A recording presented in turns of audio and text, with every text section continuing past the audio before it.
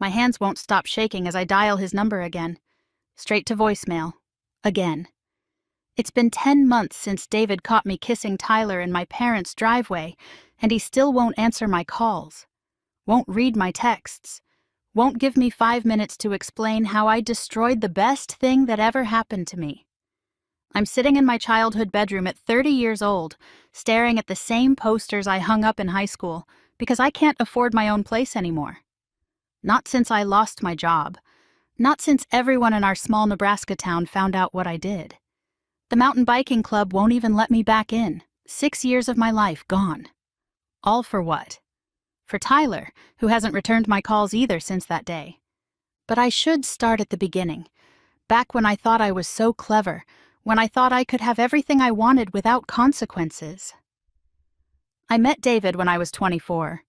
I'd just moved back to Omaha after college, working at a marketing firm, trying to figure out my life. My friends were all getting engaged, posting their ring photos on Instagram, planning their weddings. I felt like I was falling behind, like everyone else knew some secret I didn't. David was different from the guys I usually dated. Stable, reliable, the kind of man who showed up when he said he would, who remembered your birthday without Facebook reminders. We met at a mountain biking club. He'd been a member for 2 years, knew all the best trails. He was patient when I was learning, never made me feel stupid for being slower or less experienced. The thing is, I wasn't immediately attracted to him.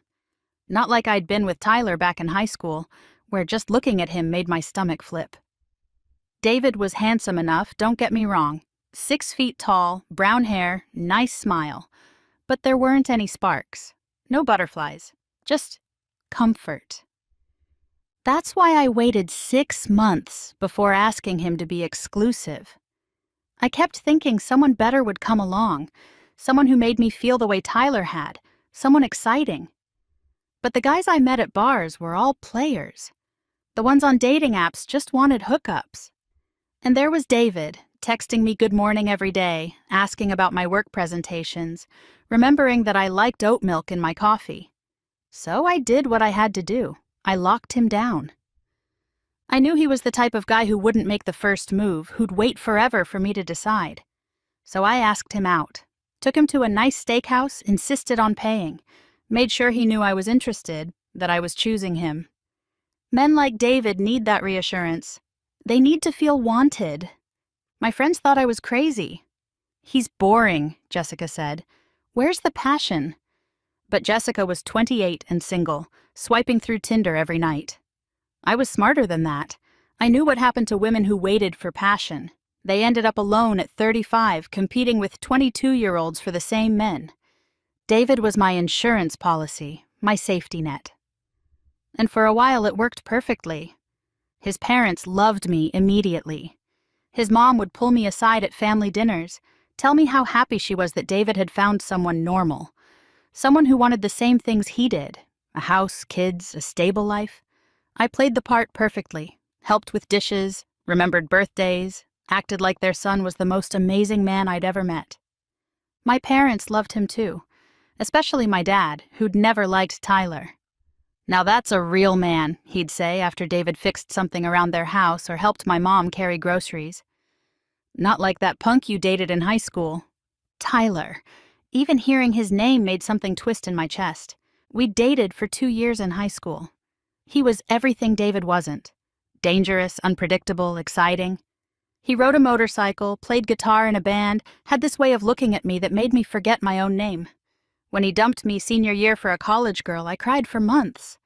But that was ancient history. I was with David now.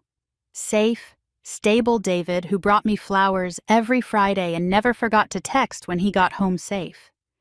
David who was talking about our future, about the house we'd buy, the kids we'd have. David who didn't know that sometimes when we were together, I closed my eyes and pretended he was someone else. The reunion invitation came in June, 2 months before everything fell apart. Our 10-year high school reunion. I mentioned it casually to David over dinner, tried to gauge his interest. "Sounds fun," he said, cutting his chicken. "I'll request the time off work." My heart sank. "You don't have to come if you're busy." I know you've got that big project. No, I want to meet your high school friends. See where you grew up. He reached across the table, squeezed my hand. Besides, any excuse to spend a weekend with your parents. Your mom's cooking is incredible. I smiled, squeezed back. Inside, I was panicking, because I'd already seen the Facebook event, already knew who'd RSVP'd yes. Tyler was coming. Tyler, who was divorced now, according to LinkedIn. Tyler, who still looked exactly the same in his profile picture, maybe better. I needed to see him, just once, just to prove to myself that I was over him, that I'd made the right choice with David, just to show him what he'd missed out on. Actually, I said, pulling my hand back, I just remembered. Your project deadline is that Monday, right? Maybe it's better if you stay and work. I'll only be gone 2 days. David frowned. I can work on the plane. I don't want you to go alone. Don't be silly. I'll be with my parents the whole time. And honestly, these things are so boring. Just a bunch of people bragging about their lives. You'd hate it. It took 2 weeks of careful manipulation to convince him. Mentions of how tired he looked. Suggestions that his boss seemed stressed about the deadline. Reminders of how important this project was for his promotion. Finally, the week before the reunion, he agreed to stay home. I'll miss you, he said, kissing me goodbye that Friday morning. Text me when you get there safe. Of course. I kissed him back, tasting the coffee on his lips. I love you. Love you too. Have fun catching up with everyone. The 3-hour drive to my hometown felt like minutes. I'd told David I was staying with my parents, and technically that wasn't a lie. I had every intention of sleeping in my childhood bed, but first, I had plans. Tyler messaged me on Facebook the week before. Just a simple, hey, you coming to this thing? But seeing his name in my inbox made me feel 18 again. We'd exchanged a few messages, casual, friendly. He mentioned he was excited to catch up. The messages had started innocent enough. Can't believe it's been 10 years. You still mountain biking? Remember that time we snuck into the water tower? But then they shifted. I still think about you sometimes. My marriage didn't work out. You were the one that got away. I should have blocked him then. Should have shown David the messages, laughed about them together. Instead, I found myself checking Facebook constantly, waiting for Tyler's next message.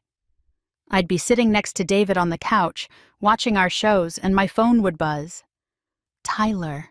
Always Tyler. And I'd feel that rush, that teenage thrill I thought I'd outgrown. Who's that? David would ask, not suspicious, just making conversation. Work stuff, I'd lie, already typing back. The first physical betrayal happened about 3 months after the messages started.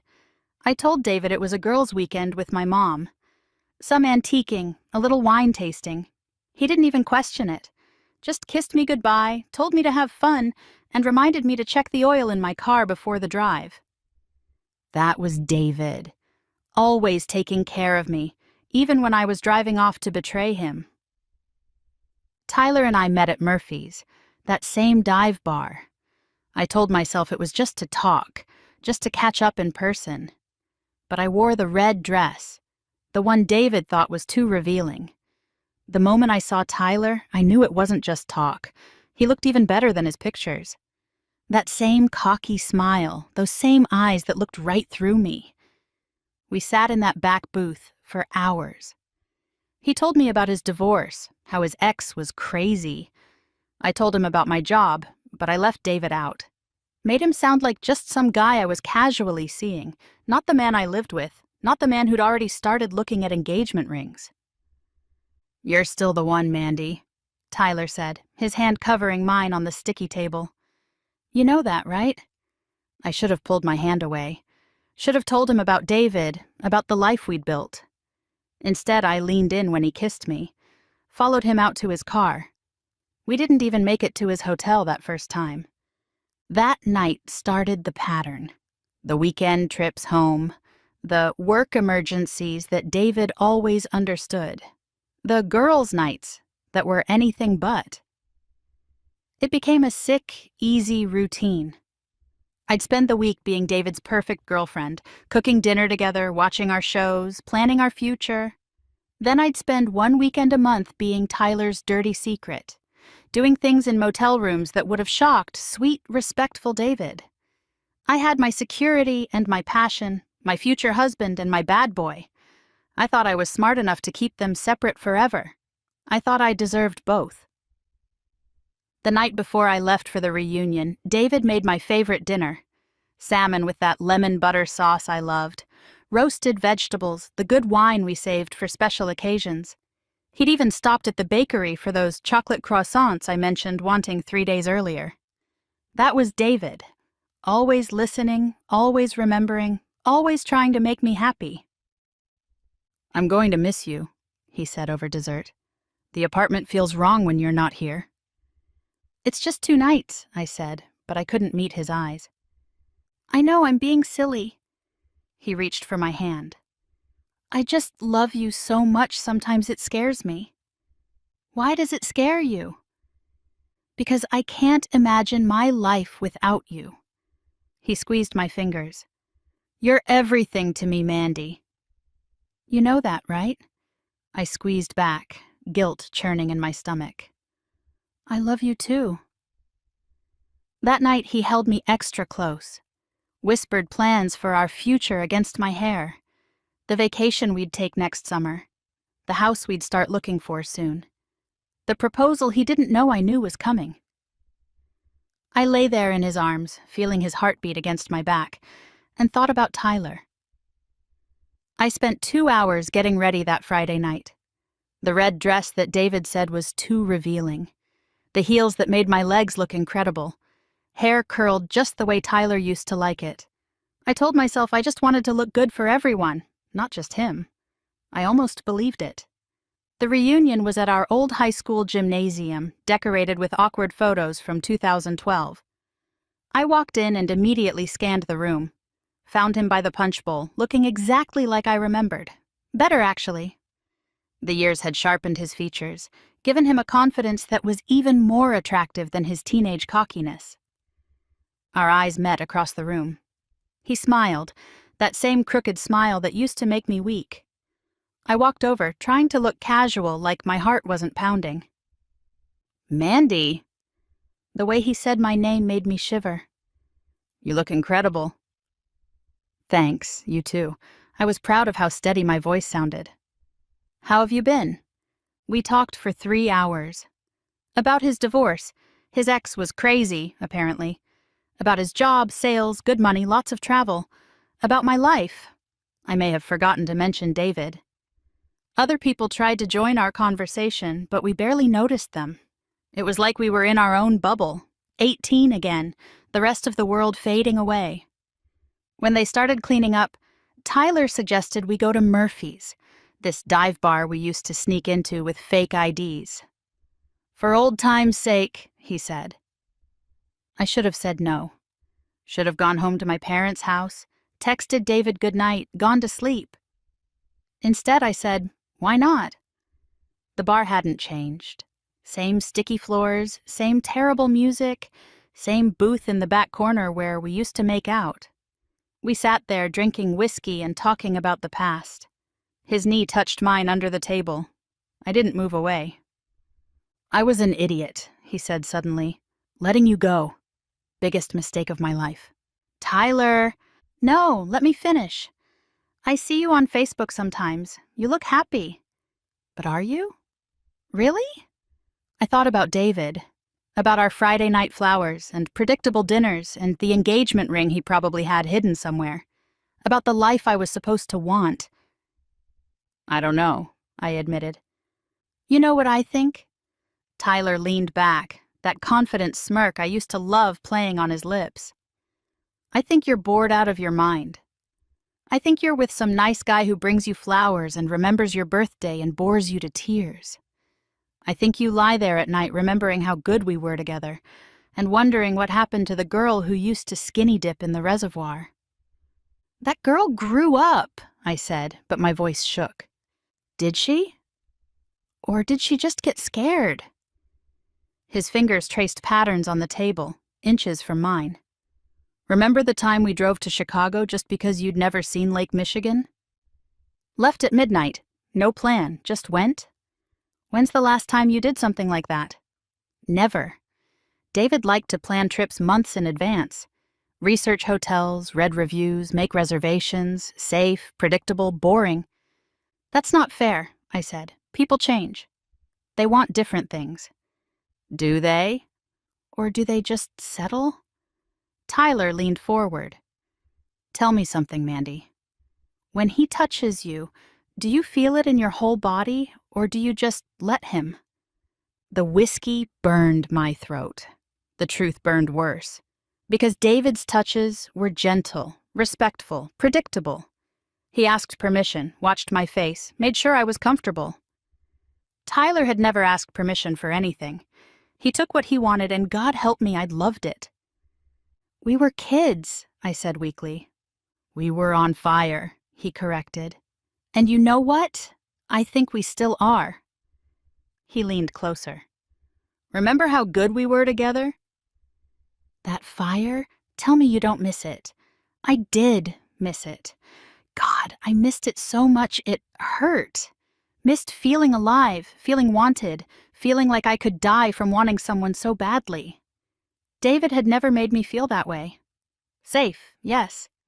Loved, sure. But not consumed, not desperate, not wild. Tyler's hand covered mine. One night, just to remember. No one has to know. I thought about David, home working on his project, trusting me, planning our future. I thought about the ring his mother had apparently given him, the proposal my friends kept saying was coming. I thought about the life I was supposed to want, the husband, the house, the kids, the stability. Then Tyler kissed me, and I stopped thinking at all. I didn't go home that night. Told my parents I was too drunk to drive, staying with Jessica. They believed me because I'd never given them reason not to. Spent the night at Tyler's hotel, doing things I hadn't done in years, feeling things I'd convinced myself I didn't need to feel anymore. The next morning, reality crashed in. David had texted 5 times. Good morning, beautiful. How was the reunion? Miss you. Hope you're having fun with your parents. Love you. I texted back from Tyler's bathroom, hands shaking. Morning. Sorry, phone died. Reunion was fun. At parents' house now. Love you too. Tyler drove me to my parents' house around 11. I should have had him drop me off down the street. Should have been more careful. But I was drunk on the attention, on the way he looked at me, on feeling desired again. When he parked in the driveway, I didn't think. Just leaned over and kissed him, deep and long, like I was trying to store up enough passion to last through another 6 years of Friday flowers. I'll see you tonight, he asked when we finally broke apart. Wouldn't miss it, I said. The reunion luncheon. Another chance to feel alive. I floated into the house, still tasting him on my lips. My mom was in the kitchen making lunch. Have fun last night? She asked. It was nice seeing everyone, I lied smoothly. I'm going to shower before the lunch thing. I was in my room, choosing an outfit that would drive Tyler crazy, when I heard cars in the driveway. Figured it was my dad back from his Saturday morning golf game. Kept trying on dresses, imagining Tyler's face when he saw me. Then I heard the shouting. My dad's voice, louder than I'd ever heard it. My mom crying. Another voice, familiar but wrong, like hearing your favorite song in a minor key. David's voice. I ran downstairs in my underwear and the dress I'd been trying on, half-zipped. Burst through the front door to the screened porch. Saw 3 faces turn toward me. My father, red with rage. My mother, tears streaming. And David holding a small velvet box, looking like someone had reached into his chest and ripped out his heart. David? My voice came out as a whisper. What are you? Surprise, he said flatly. I finished my project early. Thought I'd propose at your reunion lunch. Your mom was so excited. The box was still in his hand. I could see the ring inside, vintage, probably his grandmother's. The kind of ring I'd pinned on Pinterest 100 times. The kind of ring girls dreamed about. "I can explain," I started, but even I didn't believe me. "Explain what?" My dad's voice was like thunder. "Explain why you were making out with that piece of trash in our driveway? Explain why you've been lying to all of us?" "It was a mistake," I said, the words tumbling out. "I was drunk." It didn't mean anything. A mistake? David's voice was so quiet I had to strain to hear it. "You texted me last night, said you were at your parents' house, said you loved me." "I do love you." Stop." He put the ring box in his pocket, looked at me like he was seeing me for the first time. "Your dad told me. This isn't the first time. Those weekend trips here without me. You've been seeing him." "That's not... it's not like..." "At least a year," my dad said. "She admitted it. A year, David, while you were planning a future. A year." I tried to remember when it started. The messages, the innocent meetups when I was home, the lies that came so easily. Had it really been that long? David walked past me without another word. I grabbed his arm, desperate. "Please, just let me explain. We can work through this. Couples therapy, whatever you want." He pulled away, didn't even look at me. "Your parents have my number. If there's anything of yours at my place, they can arrange to get it." "David, please." I was crying now, mascara running down my face. 6 years! You're throwing away 6 years? He stopped at the door, turned back. For a second, I thought maybe. "No, Mandy. You threw it away. I'm just done catching it." Then he was gone. I heard his car start, heard him drive away, heard my entire future disappearing down the street. "Get inside," my father said, his voice like ice. "Now!" I stumbled into the house, still in my half-zipped dress, Tyler's cologne still on my skin. My parents followed, my mother closing the door with a quiet click that sounded like a prison cell locking. "How long?" My father didn't yell anymore. That was worse. "How long have you been lying to us?" To him? Don't you dare." My mother's voice cracked. "Don't you dare lie anymore." "That boy came here to propose. He showed us the ring, his grandmother's ring. He was shaking, Mandy, shaking with excitement to make you his wife." The ring. I'd seen it once when I was snooping through David's things. Art Deco, platinum, a cushion-cut diamond surrounded by smaller stones. The kind of ring you saw on Pinterest boards titled Dream Engagement Rings. The kind of ring that meant something, that had history, that said, "I want to give you my whole family." "It's Tyler, isn't it?" my dad said. "That piece of garbage from high school. The one who dumped you for that college girl, left you crying for months. That's who you've been seeing." "You don't understand." "I understand plenty." My father's face was red. "I understand that David drove 3 hours to surprise you. I understand that he's been saving for a year to buy a house for you. I understand that he asked my permission to marry you last month, and I gave it because I thought you'd finally found someone worthy of you." Last month. When I was already sneaking around with Tyler. When I was already lying, already betraying everyone who loved me. "How many times?" my mother asked. "All those weekends you came home alone? Were you with Tyler?" Not every time." "How many times, Mandy?" "I don't know." The words exploded out of me. "A lot, okay? A lot of times. But it didn't mean anything." "Didn't mean anything." My mother was crying now. "Then why did you do it? Why did you throw away that beautiful man for someone who already threw you away once?" I didn't have an answer. How could I explain that David's love felt like a comfortable prison? That his stability made me feel old? That his devotion bored me? That I needed Tyler's chaos like a drug? I tried everything. Called until he blocked my number. Showed up at his apartment until he threatened a restraining order. Sent his friends, our friends, to talk to him. They all came back with the same answer. "He's done. Move on. I even drove to his work once, waited in the parking lot like some kind of stalker, watched him walk out with his coworkers, laughing at something someone said. He looked fine. Not destroyed, not pining, just fine. Like I'd been erased from his life as easily as deleting photos from his phone. When he saw my car, his whole body changed. Shoulders tensed, jaw clenched. He said something to his coworkers and walked straight to me, but not the way I'd hoped. Not like a man who missed me. Like a man dealing with a problem. "You need to leave," he said through my rolled-down window. "This is harassment, Mandy." 5 minutes, I begged. "Just give me 5 minutes to explain." Explain what? How you lied to me every weekend for a year? How you looked me in the eye and said you loved me while you were sleeping with him? How you let me plan our whole future while you were planning your next lie? It wasn't like that, I whispered, even though we both knew it was. Yes, it was. He pulled out his phone. "I have the texts, Mandy."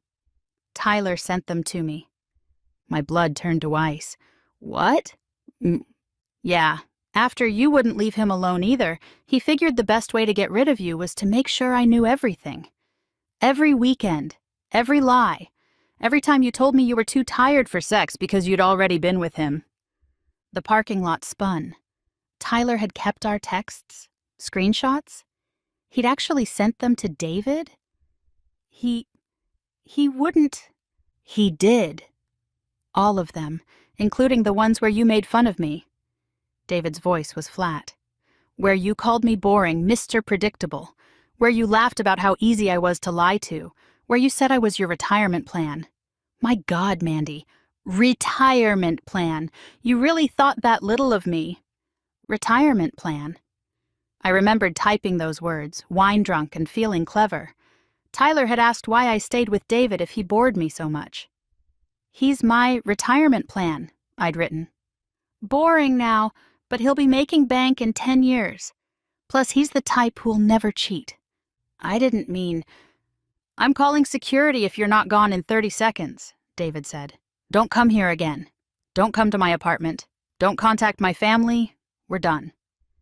He walked away without looking back. I sat in my car, shaking, as security approached. The texts. Tyler had saved our texts, had weaponized them, had destroyed any chance I had of fixing this. But how could I move on? I'd invested 6 years in David, 6 years of being the perfect girlfriend, of playing house, of pretending I was satisfied with safe and stable. That was supposed to be my happy ending. The ring, the wedding, the house, the kids. I'd done everything right, said the right things, played the part. Except I hadn't. Because while I was busy planning my future with David, I was sneaking around with Tyler. Tyler, who, it turned out, wasn't interested in anything more than reliving our glory days. Who stopped returning my calls the day after the reunion, who was already back with his ex-wife, according to Facebook. I lost my job 3 months later. Couldn't focus, kept missing deadlines, spent too much time crying in the bathroom. They called it a restructuring, but everyone knew the truth. Small towns talk.